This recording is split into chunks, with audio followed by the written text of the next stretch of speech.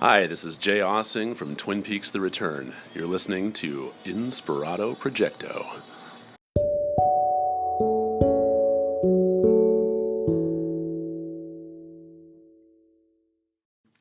Novels or pieces of art that are popular or have a really strong pull. Utopian? Yeah, I can't think of too many. They always seem to get out of control. Yeah, it's all the story's always because I guess there's not much of a story if something's just utopian. But. It's like it's got to get that little crack in there. It's like the little Dutch boy with his finger in the well or in the dam. You know, he's like trying to plug these little beep beep beep. Then as more of them come through. Have you ever met that guy? The little Dutch boy? He's probably still standing there to this day. Is he a Dutchman? Is he a Dutchman or is he still just a Dutch boy? He's just like a Dutch grandpa. Oh my god. He just made it. He just had babies just standing there at the wall with his finger in the hole. I didn't know what was on the other side of the wall, and I put my pee-pee in. And now I have fish babies. Exactly, yeah. Oh, I hear the call of the mermaid again. Papa, papa. Okay, final suggestion I got put out there because Andy and I loved it. Have you watched Russian Doll? I did, and I was going to bring that up to you. Jay and I watched the whole thing. Probably I loved it. Favorite TV show I've seen. I in years. loved it, man. I loved it. She was amazing. Oh my God, so good. The ensemble was so good. Everyone bounced off each other so well. And you saw how the episode, how the whole thing itself actually became the Russian Doll. The way that she either got more to the core of it or she got farther away from it. Whether she was peeling away layers or going more into this core. It was astounding how that all happened throughout there. Things start rotting. Things start dying. You know, I'm like, Jenny, I think there's less people at that party. And then she's walking around. She's like, hey, there's less people at this party. I mean, man, it was incredible. That was awesome. She makes friends with the homeless guy and Horse. oh man, oh dude, that was great. I love that, man. What do you think the haircutting meant? Because she didn't get cut the last time she was actually. It was the first time. It was just, I don't know, but like the guy had the no shoes. I mean, it was just all these stories that kept circling around each other. Yeah, that was interesting. So she got to see from the other perspective of whether she was actually there or not there. I loved how they cleverly put her in a pirate shirt or whatever because the girl spills, that goes, she splashes it in her face, changes it in the shirt. So at the end, and then the guy, someone puts a tie on him or something. Laughing when they do that to each other. When she spills the drink on purpose at the party, you bitch. Yeah. Like, thank you. Like, that's fucking just true, awesome. Not true necessarily. They just start laughing together. Yeah, like what a great option. Fucking absurd. Yeah. I'm fucking smoking crack cocaine, basically. Yeah. Like, what was it laced with? PCP or? Oh, ketamine. Ketamine, yeah. Man, it was so clever. And the writing was great, too. Oh, just the little asides. I mean, Yeah. there's so many play on words. She'd say, like, hocus pocus, and just little rhyming things. She reminded me of Peter Falk. She was like a Peter Falk. Yeah. Just all, like, crying crumply and... Crumply. That's a terrific... Hey, like this walking, and then the big coat swaying in the wind. Hey, what's that over there? What's that over here? I got a mystery to solve. Man, I just hope they do more stuff. I don't want them to. Did they make any Columbo jokes in there? They did, didn't they? I don't think. I didn't pick any up. I don't know. I don't remember. Oh. Oh man, I thought I had heard someone make a Columbo joke. maybe that's why I thought of it. I don't recall it. But the way that she was going around trying to solve the crime, at first she thought it was the building. Maybe there's something strange with the building.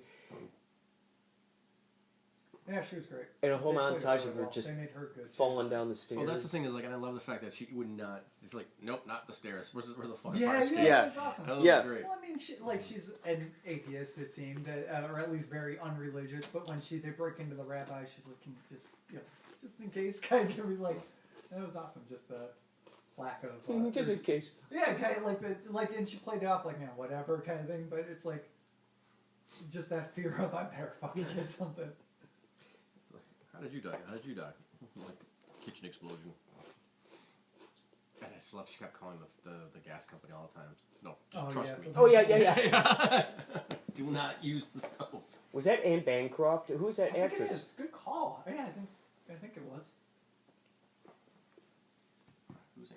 I don't know. It's the mother, or the pseudo-mother. Yeah.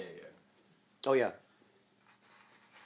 Wow, yeah, that writing was phenomenal. By the way, I've already called her dibs. And you know what's so cool, too? The music. It was very 80s. It seemed very the 80s. music was The way used that the to font saturate was and that. everything, and Well, and Mr. Blue Sky, or what was the song that kept playing every time you go? it That was, was just in your head like that, and it became manic and almost like they didn't change it, but it became menacing. yeah, more echoey and Yes, because when the room emptied out and you're hearing it, and there's like nobody at the party, it's like this is fucked up. Like, yeah, no, it was perfect. it was great too because little tiny asides in the beginning end up looping back around with a much bigger part, so to speak, a bigger investigation into it. So at first, like, hey, I know that guy. I mean, heck, maybe that first time she comes out, maybe that isn't her first time. You know, the first time she gets hit by the car, maybe that's not her first time. It is because it was when he committed suicide and they had to save each other. Oh, that was the same night. That's right. It'd be interesting to know then why that homeless guy was. I feel like Horse meant a lot more, and I need to watch it again to understand. Oh, What Horse was the. homeless guy. Oh, that's right.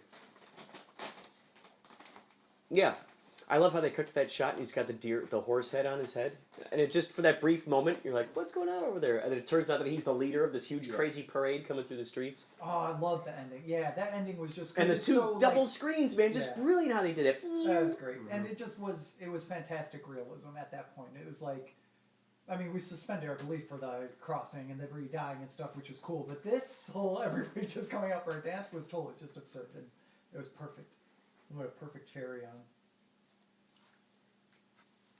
I gotta investigate and find out who those writers are and anyone involved with that, just to see. Amy Poehler. It was Natasha Oh. Lyonne and Amy Poehler, and one other person put it together. Wow. I mean, I'm sure there were other writers, How but they fun. were producers and creators. Amy Poehler's doing a lot now behind the camera. That's good. She's got a face for behind the camera. Except when she used to play Conan's little sister on the Conan O'Brien show. Oh, Conan's little sister. She used to write for Conan, and she would appear as his little sister. Oh, that's awesome. That was like when the show first started. Which I And then hadn't Conan watched. used to write for Saturday Night Live, didn't he? Simpsons too. He wrote the monorail, one of the best episodes. What happens in that episode? They get a monorail. It goes nowhere. Wait, a monorail in Springfield, or Yeah. Yeah, it's based on Music Man. We got trouble right here in Rip City. That character's the monorail salesman's based on. Is it a musical? They have a monorail song. There is a musical song. Oh my God, for that's great. Monorail. I forget it though. So does the monorail pop up in other Simpsons episodes, like in the background or anything, or people referring to it? Mm-hmm. That's awesome. I don't remember that. Oh, this Should get this is Carrot one thing that I tapped out. want to. What? No, Andy says no. A Carrot Top? Tapped out. It's an Android game where you create your own Simpsons. It's on Apple too. Oh, and what is it? And what you create a Simpsons You character? create your own Simpsons town. Like you keep Oh. bringing people back to it, and it's got like hundreds of characters. Is it like now. Sims? Kind of, yeah, actually, kind of. I mean, you don't really get to build out a house. Like, you'll get the Simpsons house, and then you'll get a roller rink. Like, and I've got a hack that I can get the premium currency and put in your guys' thing. So, Is that what you're playing right now? I fuck around with that on my phone. I mean, I Oh, it's a probably- so it's a phone game. Phone game, yeah, yeah. And then what kind of like? How many moving? Some of those phone games get pretty involved. Are there a lot of moving pieces in that one? I can imagine. Dude, we have hundreds of characters that move around. You have what? Hundreds of characters that move around. Oh, And then, I mean, every time, like right now, they just filmed they just finished the Valentine's Day event. They'll have a St. Patrick's Day event coming up. And they'll release about 5 or 6 new characters. Some are major characters, like they just did Ned's parents, who were, in a couple episodes, Ned Flanders' parents. But yeah, sometimes it's somebody who just flashed on the screen for, like Scratchy's wife or something, who just was flashed on a cartoon and can screen. your little people interact with these people? You are that. I'm bringing it up right now so you can see what it's like. And if you do end up downloading it, create a password that you don't use for other things, because I'm going to use a hack on it, and one that you're okay with me having. And I'll go in every few days and dump a bunch of donuts in there for you to spend. Astounding. Once it loads. So you pay for stuff with donuts. Or cash, or fake cash. The fake cash you can gather through collecting it Good through the houses premium and stuff is you have to spend fucking. Oh my god. The pink donuts. Like all of these things are like we build our town. Like I can show you Andy's town. I could show Yeah. you his friend Joe's town. Well, go ahead and Yeah. move around.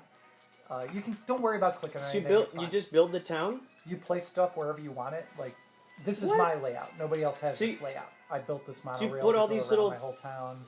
Mountains and everything? The mountains are there. You have to unlock past them eventually, which I did. Oh geez, so you can make this bigger and bigger, huh? Let me do this just so you can see a little better. Whoa. Oh yeah, dude, look. You just go. What the Ah, heck? I This mean, is nuts. What the fuck is going Oh, on? she's doing something to that little boy. Oh, is that it? Okay, yeah. Oh my god.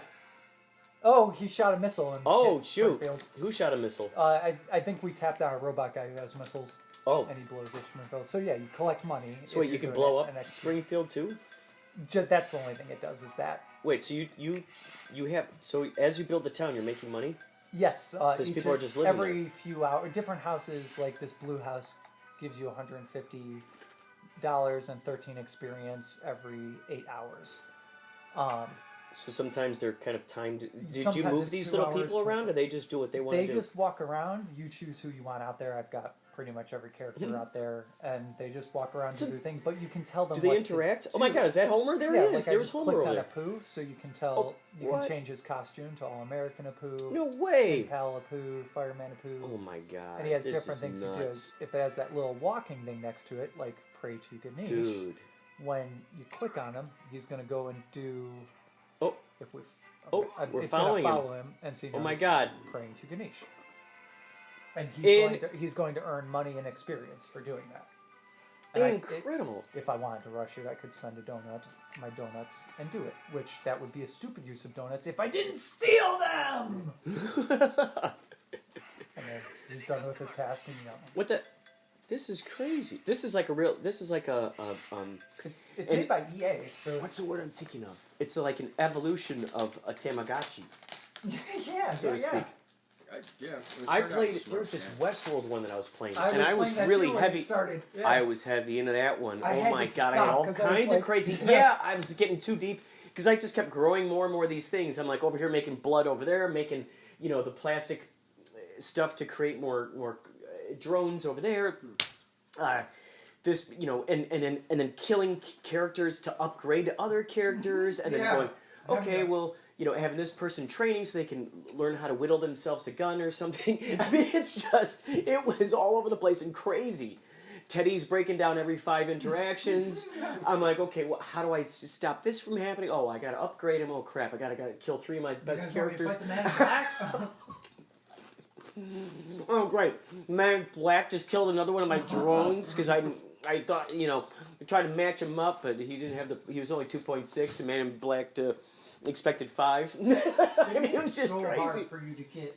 Like, Oh, that's man. why I backed out. I was like, I don't have a hack for this, and it's like you gotta log on every 2 hours if you want anything.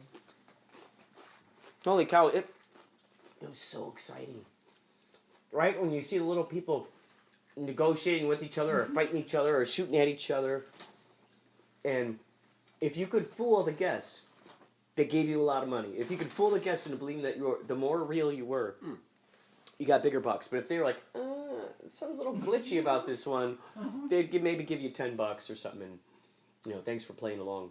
But if they could really tell that you were, they wouldn't hesitate. Bah, they just kill your little people. You didn't have to send them in the shop. But in order to do that, you gotta have the factory whip up a certain amount of blood for your character. Yeah, and then it's like maybe 20 minutes while they're sitting in there in the chair getting all fixed. And I love and hate those. They're just giant time sucks. I know. And then that one really made it. And you gotta meanwhile, spend money if you you're want. getting these letters from your fellow employees, and they're telling you, "Hey, great job" or whatever. "Hey, you got some extra points to spend on these things," and then you end up getting these mysterious mails, letters from people going, "You realize you're in the game now, don't you? And if you ever have any hope of getting out of this, you'll do exactly what I tell you." And it's just like these little strange little. Oh man, it just kept going on and on. That's kind of cool. That's kind of creepy. It was really interesting. Dude, am I right that Westworld's not coming out until next year? The next season? Hmm. I don't think it's going to be out this year. If I read that. Game of Thrones is April. I didn't even know they were coming out with another season. I'm so happy to hear that. I love Westworld. Oh man, Cool. I couldn't stop humming that theme song when First I was watching. season was hands down the best. Second season, a little uneven, but where it was good, it was good. I love how they just keep double twisting your brain. You're going, oh my Yeah, god, that dude's a clone, or whatever it is, host. That dude's a host, you know. Season 2 was not what I thought it was going to be, because I thought it was going to be out in the world more since she escaped. Oh. It seemed like she comes back and is. Wait, am I ruining? Did you watch season 2, right? Well, still, no matter what, you can't ever ruin anything. I mean, who can, right? Because it's like any theory is any great theory. And I've seen so many of these with, YouTube like, videos. Everybody getting killed, the black chick gets killed, it turns out she is a right. replicant or whatever. Mm-hmm. Did you guys watch the new Blade Runner yet? No, I haven't. I have not. Well, I really want to watch the first Blade Runner and then watch the second one so I have that have kind you of seen the first? similarity. I think I saw the 2 different versions, one with narration, one without, long ago. Yeah. And I remember my buddy Matt just ranting for like, a half an hour about it. He's like, well, this was not the intended version with narration or whatever. And I'm like, cool, this is fascinating that, someone knows this and like, and number 2, the fact that 2 different versions came out. I mean, that's pretty cool. Kind of like with Army of Darkness. They're always coming out with a new DVD with another little extra scene here or a different ending there. And Evil Dead 2 and you're like, came out in 4K. Wow. This is the only thing I'm going to say. I don't know that Evil Dead 2 needs 4K. they read supposedly the tentacle scene is beautiful. The tree scene, the tree rape. Was that or was that the original? That was the first one. Yeah, that's the original. Scene, yeah, 4K makes it sound like it looks more like a camcorder than ever before. That's almost what bothers me. It's like, there's something about those old horror movies, like not having it super crisp that lends itself to the time. I love it. And I'm easier on old movies than I am new movies. Because I'm like, it's of a different time. I can forgive that maybe this wasn't the most unique shot. Well, it was all experimental, and it's because of those guys that these people piggyback ride. And that's what I'm saying. Yes, definitely. Yeah, and there's like a shaky... Definitely. They're trying to. You can tell they're trying to zoom in, but maybe that's the only money they had for that moment, and they're just like. Like I was watching. Oh my god! I gotta say this one is terrible. I was watching Logan's Run last night. Oh man, it's so bad. I mean, it's awesome bad, but it's so. Have you watched it lately? No, I haven't. Holy fuck! Have you seen it? Have you guys? Not recently. Michael York, like, oh my god, it is just the goofiest. And the people are flying up in the sky or something, right? Because they're like, 30? Is it when they're 30? Yes, when they're 30, they gotta die. And someone comes get them. Yes, and they catch them in the streets. Turns 30 and he goes on the run. That's right. Logan goes on the run. Oh, so Logan was one of the guys that was the catchers. He was the right? catcher. Oh, yes. so in a sense, it was kind of like Fahrenheit 451, where at first he was a firefighter, and then he sees the other side. It's just such a product of his time, though, where it's like, man, I don't want to see this incredibly crisp or anything. Like, it's a product of its time. Especially, Some of this stuff I keep hearing about 8K now, and I saw this big video about a guy describing how. It's 10K already. Oh wow! Oh my god! 2 4K TVs next to each other. No, I mean Apple and Netflix are going to be launching 8K. They'll be 8K 47. Totally, yeah. I mean, but I'm like, nobody can stream 4K. I mean, having 8K is just so pointless.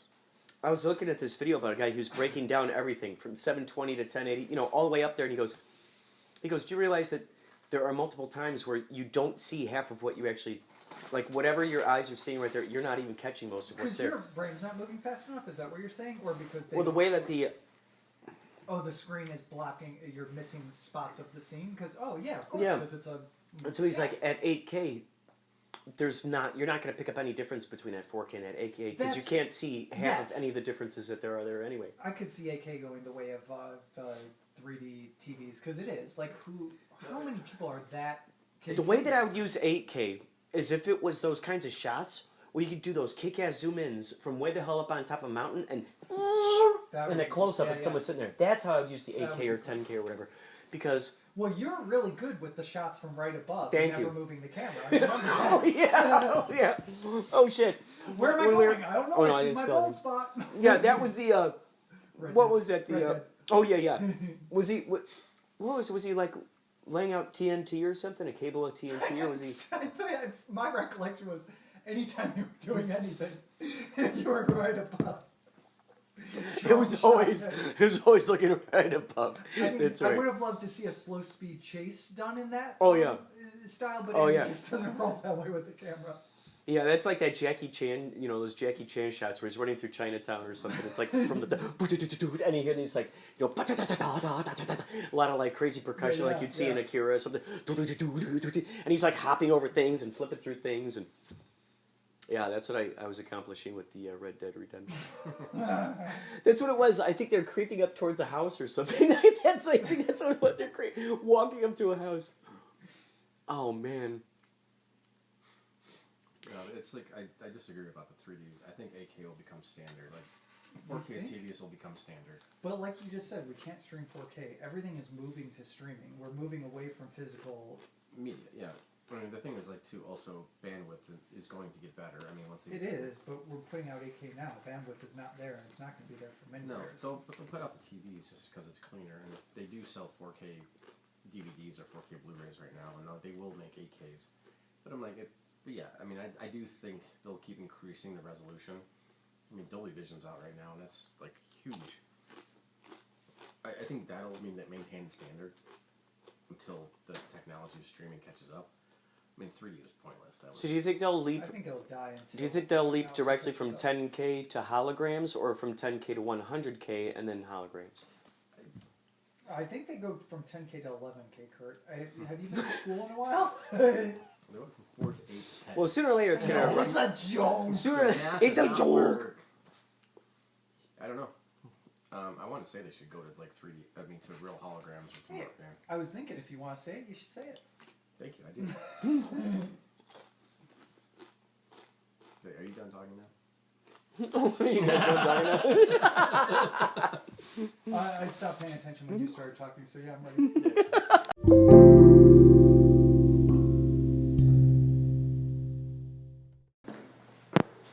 So funny, I just got back from hanging out with my buddy Jeremy and Andy. Andy's moving back to Chicago to help out his parents.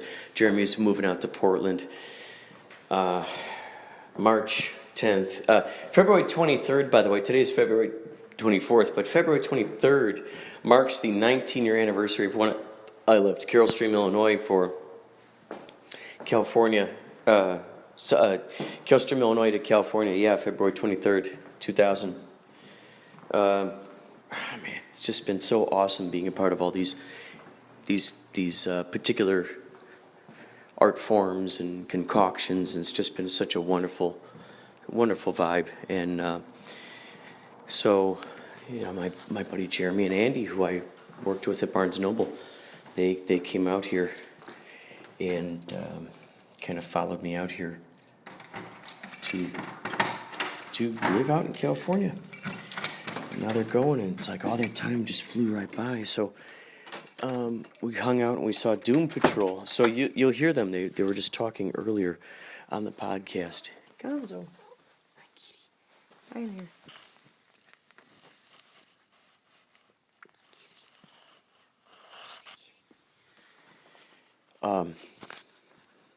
So that conversation you heard earlier with Jeremy and Andy, they did not know I was recording them. Because after I watched Doom Patrol, I tried to record their reactions to seeing it. I really honestly tried to interview them. I'm like, you guys, okay, can I interview you about your experience with seeing Doom Patrol? And all of a sudden they start getting really, really quiet. All of a sudden they get really, really quiet. As soon as I stop the thing and I hang it up and I put it in my pocket, all of a sudden they start talking again and laughing. Oh my God, just so funny. It's so funny. Oh man. So yeah, that was those guys. Oh man. So I just got into an Uber and I didn't record it, but I got into an Uber and I'm just pouring my heart out, to the guy about the importance of friendships and all this craziness. And basically summarizing, saying, it's just the best to be able to have friends that you can count on and collaborate with. And I go to this big inspirational speech. And it looks like that he's listening. It looks like he's listening. And all of a sudden, I go, oh, so how long have you been an Uber driver? And he was quiet. I go, so how long you been driving Uber? And he looks over at me, and I go, long time? And he shakes his head, he goes, long time. And I'm just like going, okay, so he didn't understand a single word I just said. We just spent like 15 minutes in the car, and he didn't understand a single word that I just said. Out of that big speech, of that big heartfelt speech about collaboration and good friends, and the importance of surrounding yourself with good people. After all of that, he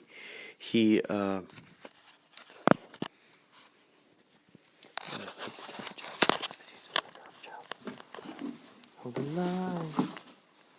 Love isn't always on time. Whoa, whoa, whoa.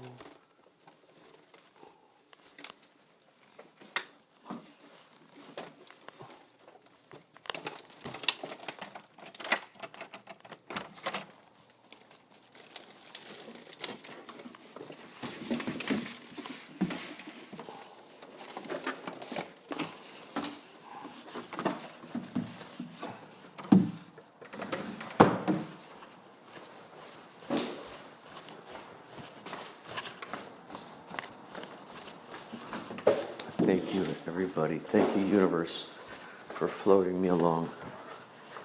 Thank you for putting up with me. My flim flam. Ah, shit.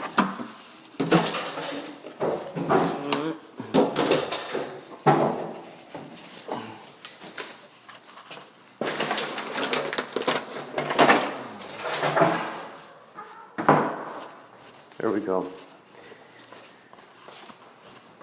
So yeah, if you get a chance, check out Doom Patrol. It is really something. It's on I thought it was Netflix. It's actually like some kind of DC. There's some new DC channel. The acting is great. The cinematography is great. Production design.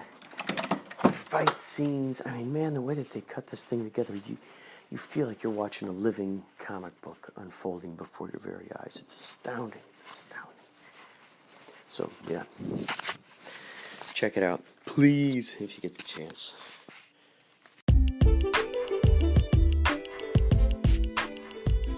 $11:29 a.m. Now 11:30. Just turned 11:30. The 26th. It is the 26th of February. Holy moly!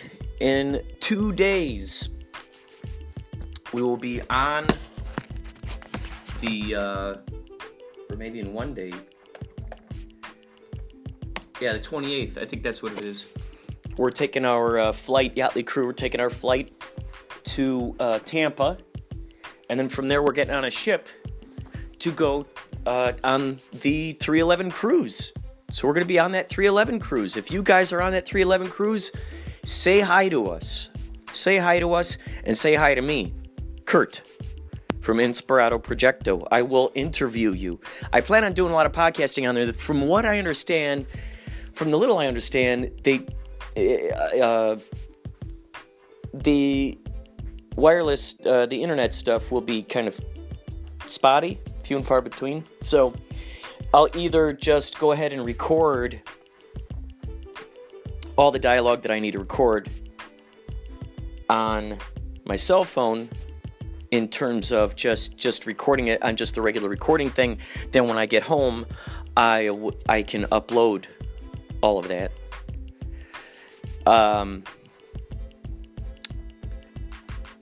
Or,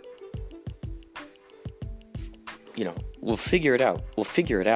I mean, if there's some good internet if I could find some decent internet connection in some areas, I can easily upload that on there.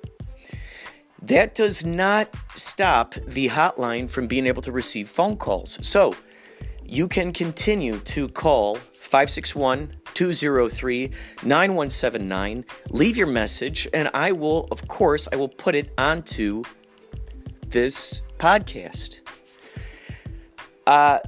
In addition to editing these wedding videos, I've been going to these meetings for this upcoming film that I'm working on with these guys, the guys who did Bloody Bobby and Black Pumpkin, both of those movies, which are still in post-production.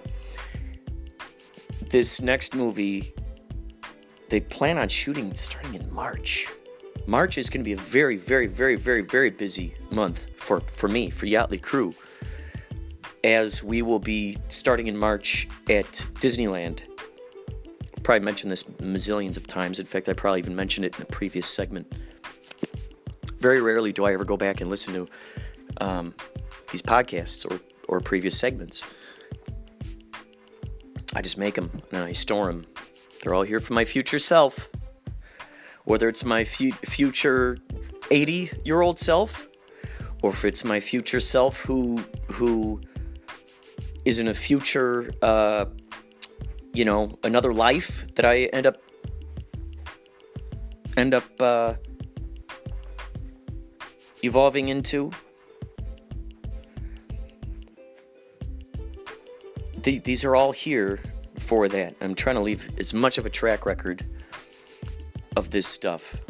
And of course, what's great is I love connecting with the audience. I love the participation.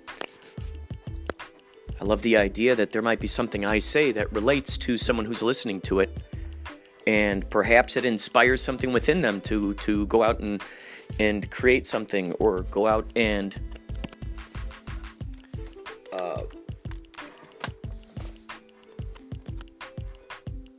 just do their very best at creating art. I've been painting more, which I'm so excited about, which is keeping me off the social networks.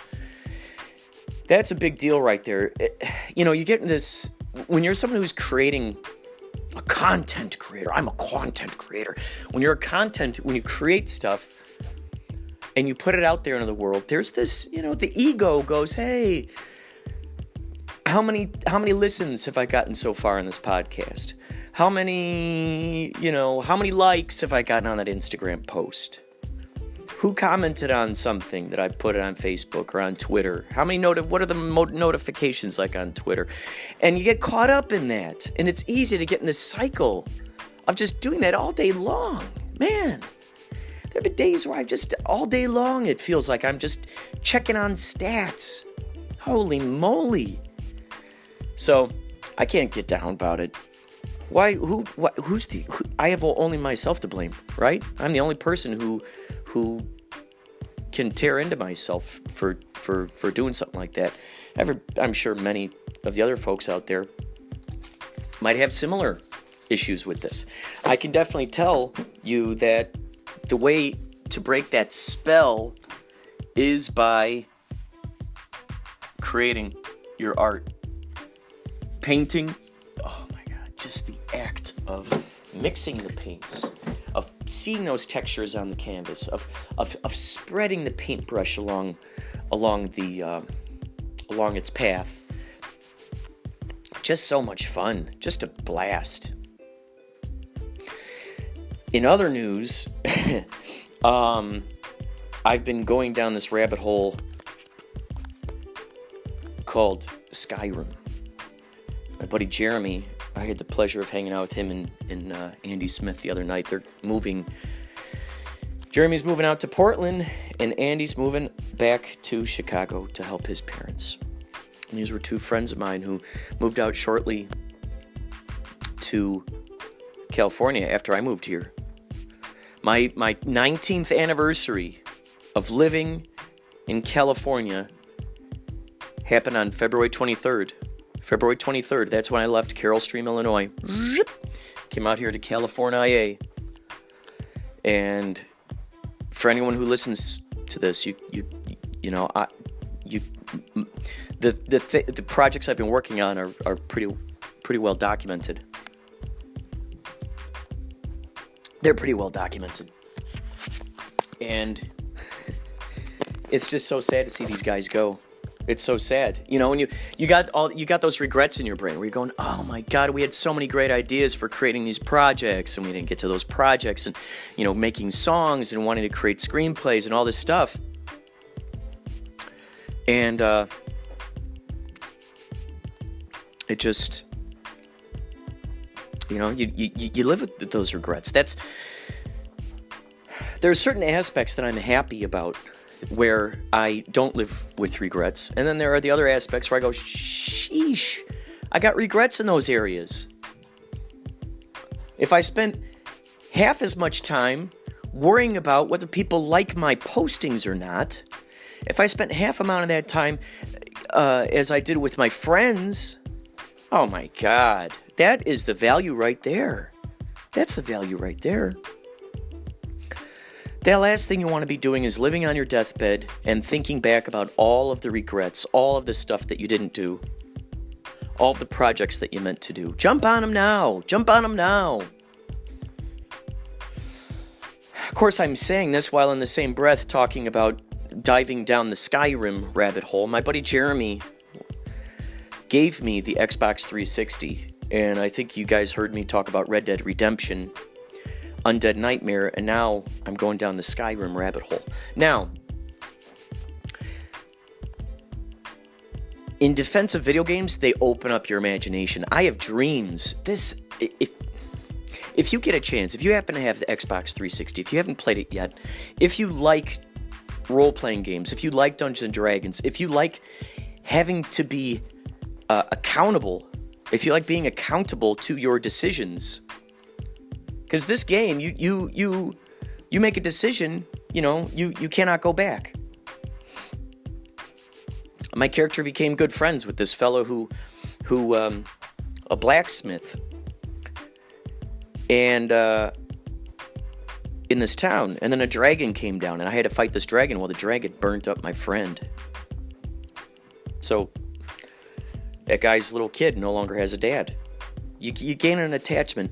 So this is what's so interesting when we think about this idea of all of this life being a simulator, and then you look at the video games that you're playing, and you go, holy moly, it took a team of spirits, basically, to program the video game, program the likes, dislikes, advantages, disadvantages, preferences, non-preferences. When you think about that, people, human spirits, put that together. And those little people, they feel that. They were programmed to. So, that's us. That's exactly us. Those little people in the video game don't realize that we're playing the video game. Which, is a side note, if you get a chance, check out Bandersnatch. If you got Netflix, Bandersnatch. I'll say it one more time, Bandersnatch. So those little video game people, they have no idea that we're playing the video game. They have no idea that there's an entity behind the decisions that are being made. Whether you steal from a barrel in a tomb, whether you steal or whether you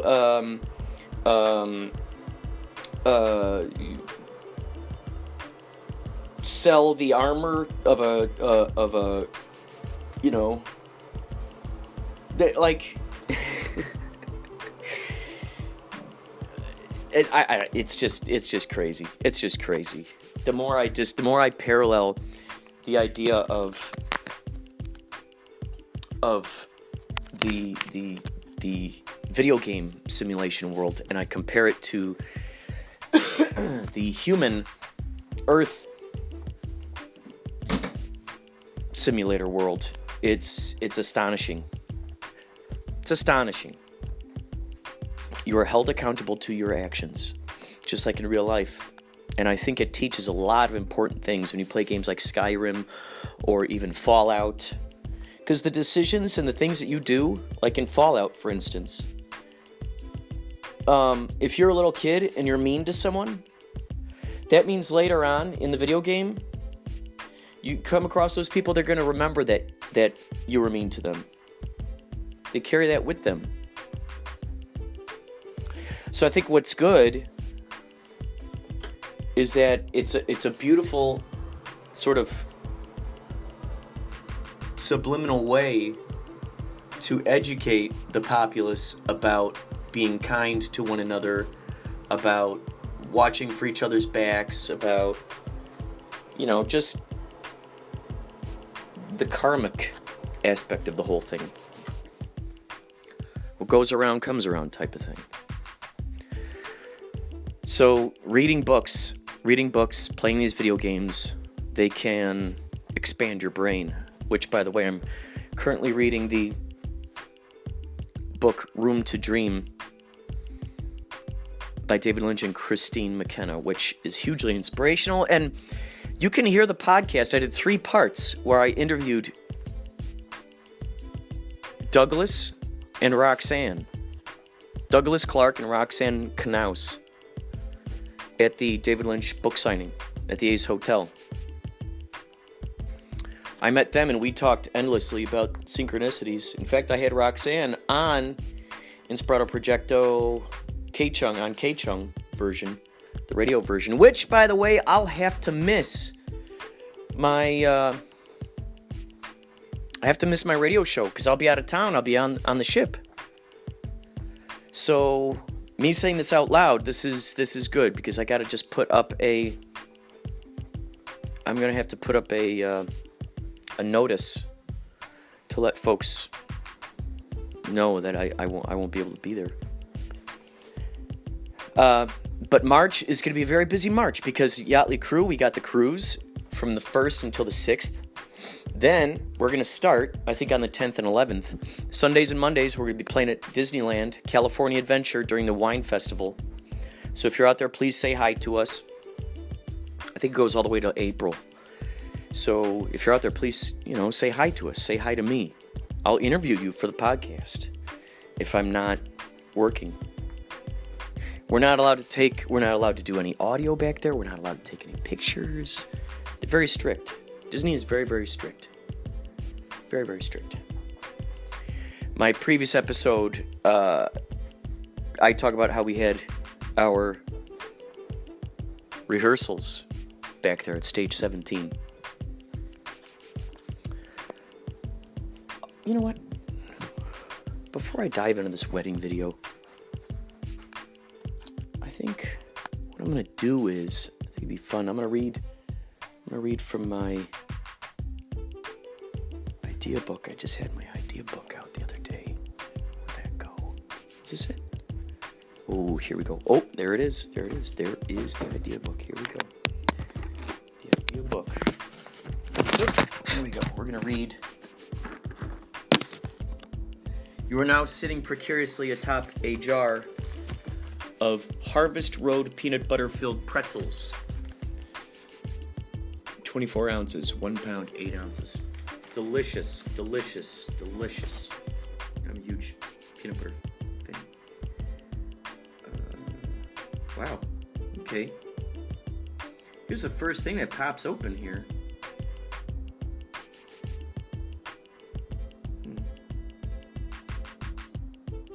All right, let's see what this says. Here we go.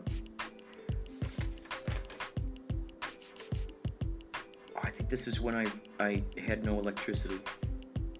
They shut off my electricity. I didn't pay the bill. This is a while ago. And Jeremy and my friends, they came together and they paid that bill. They did that for me. Anyway, this is called Living Without Electricity. My computer is used to receiving furious affection, facilitating all kinds of ideas and dreams. After the electricity went out 3 days ago, I've learned important items of interest. Phone charger, bathroom light, computer, stove igniter, microwave, garbage disposer, refrigerator will not work without it. Knowing this enables me to use foresight with eating, showers, talking on / charging my phone, and cleaning out junk mail / returning emails. I've learned to carry a charger with me wherever I go and how to utilize the library during its on hours. I've picked up 3 candles from the 99-cent store, which have come in handy. It's a transcendental experience to take a shower in candlelight. I imagine this is exactly what the founding forefathers of America had to do when their electricity went out.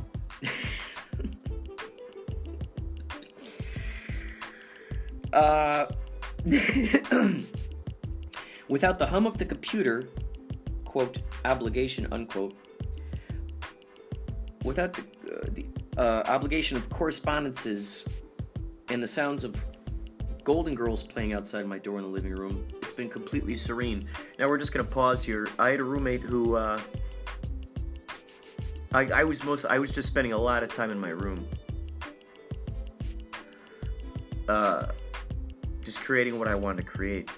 I had a roommate at the time who was always watching Golden Girls on DVD, and he would have friends over all the time, and so it was great. It was a great way to get rid of him and his parasitic friend who was staying on the couch, not contributing. They left when the electricity went out. Beautiful. So anyway, here we go. Without the hum of the computer, obligation of correspondences, and sounds of Golden Girls playing outside my door in the living room, it's been completely serene. I'm realizing more lately just how much information overload I've been volunteering my ecosystem to. By having the electric shut off, I'm opening my genius mind to more nature. I feel my communications with Dr. Gonzo have harmonized even more. Dr. Gonzo is my cat, by the way. Appreciation for electricity and the merits without it grow simultaneously. I've been thinking a lot lately about moving off to the treehouse village. There's a treehouse village in Costa Rica called Finca Bella Vista. Look that up. Finca, F-I-N-C-A, Bella Vista, B-E-L-L-A-V-I-S-T-A. Finca Bella Vista. Look that up. They somehow generate electricity there, as well as have some sort of Wi-Fi for their computers. This is a taste of an element of their lives in the wild. I read some of my, quote, Big Sur and the Oranges of Hieronymus Bosch by Henry Miller last night by candlelight. It seemed very appropriate. I shall quote him now as I sincerely took the words to heart. Quote, only when we are truly alone does the fullness and richness of life reveal itself to us. In simplifying our lives, everything acquires a significance hitherto unknown. When we are one with ourselves, the most significant blade of grass assumes its proper place in the universe. Unquote. While reading that piece, Piece/Peace, while reading that piece, I truly felt that closeness to what is, without distractions and others' opinions to guide or influence my decisions. My psyche rests into an all that is kind of flow. I can assume this balance is an aspect of meditation's benefits, as I've experienced only a smidgen of the few times I tried it. I'm realizing meditation is less about trying and so much more of simply being. Having the computer off and the house empty aids in the appreciation of this revelation and the balance of my environment. I've been taking this opportunity to paint like a madman, and it feels great. How interesting is that? That here I am talking about painting more. Here I am talking about not using the computer, or using the computer less, unless I'm editing, because that's my main job. That's the other computer. That's a side note. How interesting is it that I talk about those particular things, and then I open up this book, and that's the first thing. Like, talk about a synchronistic moment. How beautiful is that?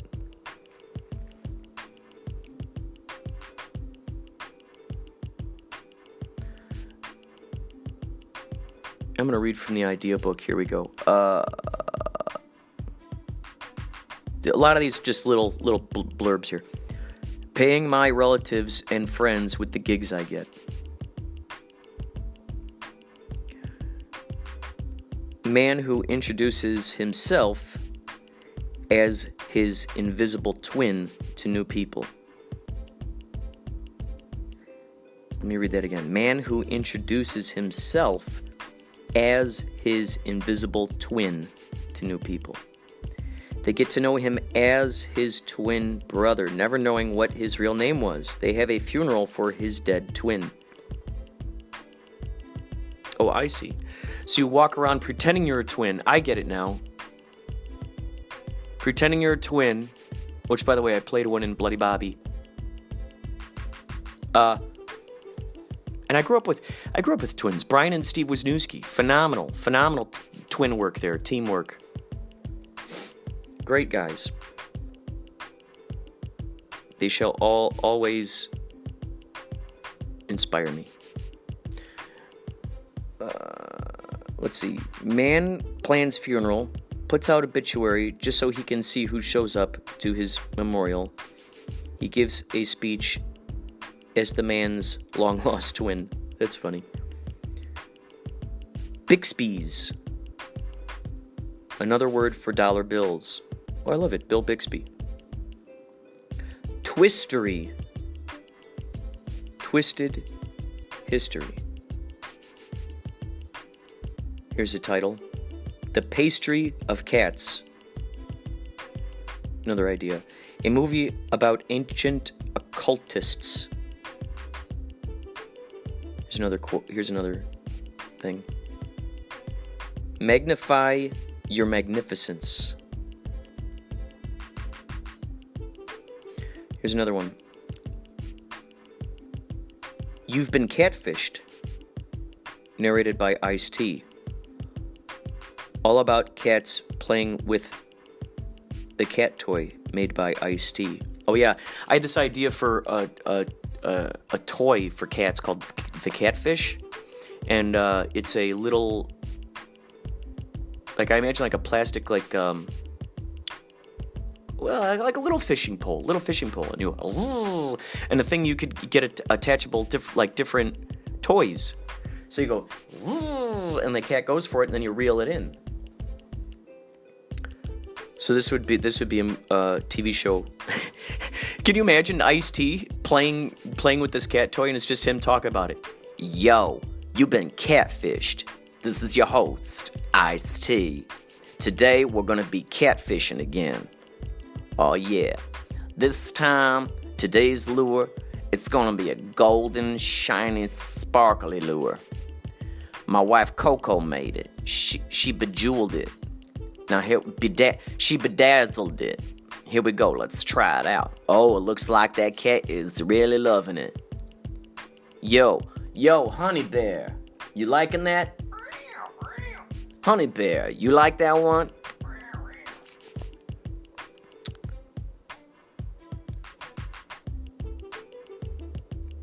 It says, just like AFV, he does the voice over it talking about the cat being catfishing. Oh, I see. America's Funniest Videos. Oh, so it's one of those kinds of formats. I see. It's like an America's Funniest Videos. It's called catfishing. Or You've Been Catfished. That's what it is. Okay, so it's like an America's Funniest Videos. So remember when Joey from Full House, they would do the jackalope? He's like, hey, I'm the jackalope. Oh, hello everybody. I see you. It'd be like that with Ice-T. Yo, I'm trying to catch this toy here, but I can't seem to do it. Yo, there's a couch in my way. How am I supposed to see the bait on the hook if there's a couch in my way?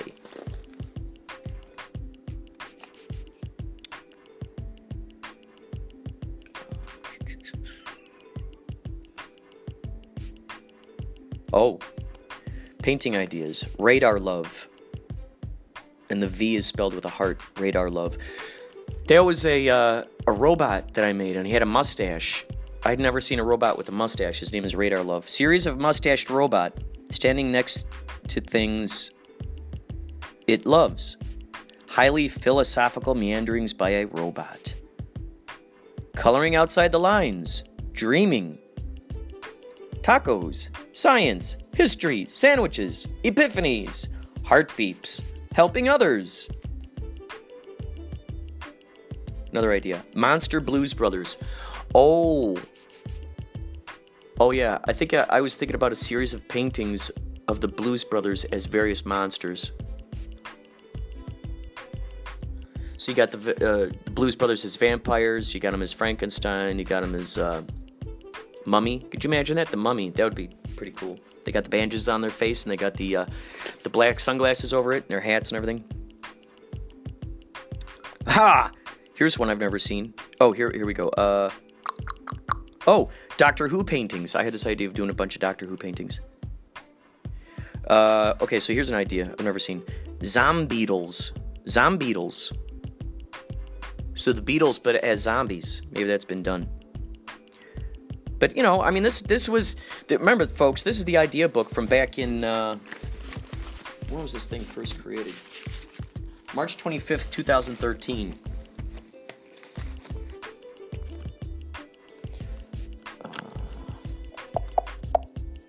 Oh, make superhero paintings for the comic shop. Art show there? There's a comic shop, Ventura Boulevard, and I was thinking about doing, well, fan art. I didn't even know the term back then, but... No, actually, maybe I did, because I think Alan Panicle, my buddy Alan Panicle, the artist, I think he was doing fan art back in the day, and I think it might have inspired me to do that. Primary color film with each person in their own particular color. Ah, that's right.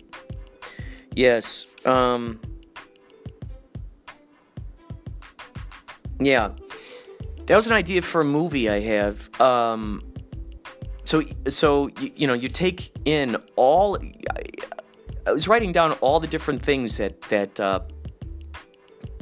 are symbolic of each of these colors. Red can mean angry, red can mean passionate, red can mean love. Green can mean envy, green can mean sick, green can mean nature. Blue can be sad, blue can be ocean. So there are all these different little things, and not to mention all of the things that are connected with each of those. Like, for instance, what does the green spectrum, what kind of sound does that make? You know, so you go deep into it.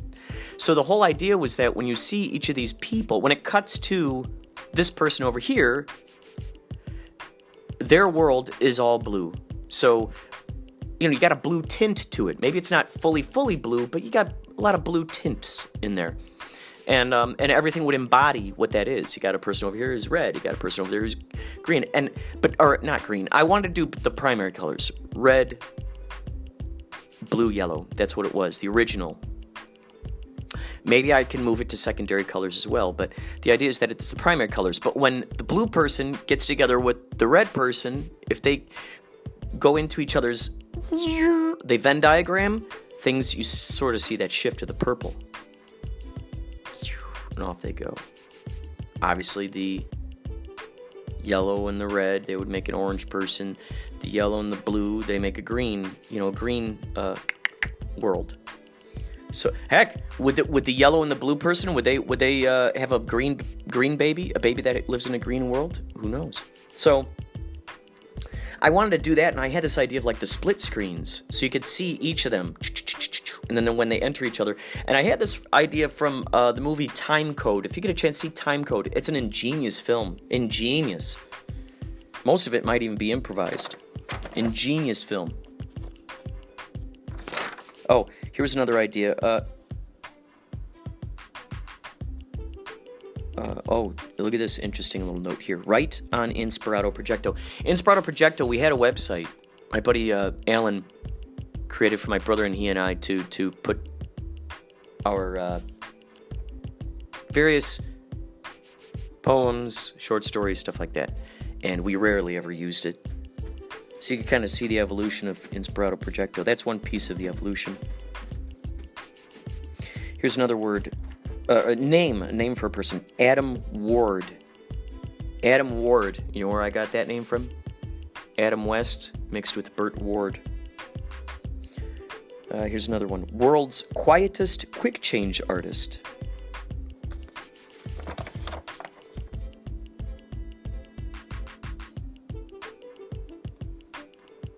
Oh yeah, I had this idea of these people having a conversation.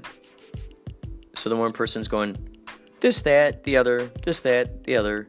Another person going blah, blah, blah, blah, blah. Another person going yada, yada, yada, words, words, words.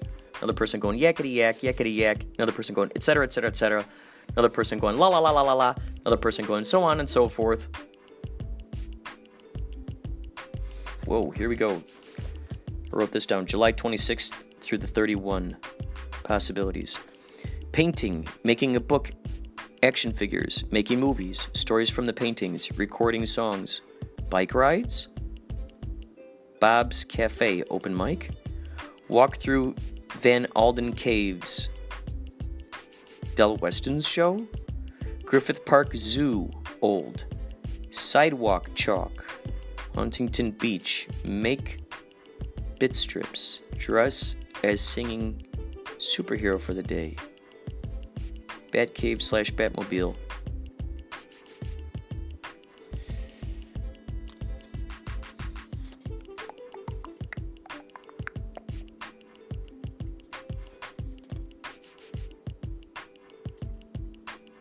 Here we go. Man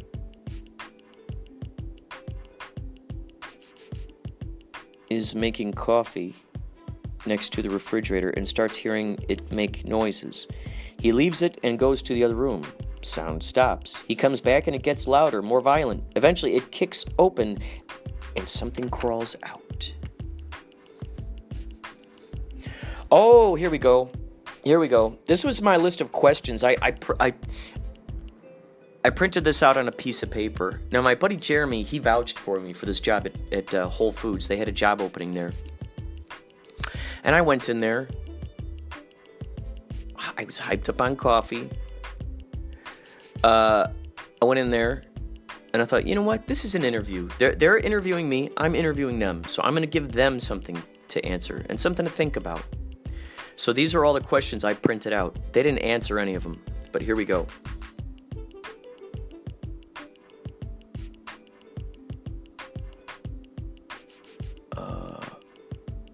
How important is reciprocation, cooperation, and collaboration? Why? When was the last time you made ugly / funny faces in the mirror, or did a different accent or dialect? What are some of your favorite hobbies? Most recent epiphanies? When was the last time you laughed loudly and heartily? What makes you laugh the most? Are your perspectives negative or positive? Fill in the correct circle. Were you raised on this perspective, or did it grow over time? Do you often wonder about the language you choose to use and how it affects the growth of your present paradigm? How often do you give compliments to strangers, friends, and family, or do random acts of kindness that you've never told anyone about? What are your passions, dreams, talents, and or favorite accomplishments? How many friends can you really count on? Why? So, the feedback I got from that through Jeremy was that they thought that I spoke too fast. I think they thought I was on cocaine. So anyway, they didn't hire me. And Jeremy said, I vouched for you. Like, you don't need a gimmick. And I said, Jeremy, I'm interviewing them as much as they're interviewing me. If I know going in that they're willing to play ball, then I know that our relationship's going to be awesome. Who wants to work at a job where you're not, where things are not reciprocated? Or you're not, they're not complimenting their employees. Who wants to deal with that?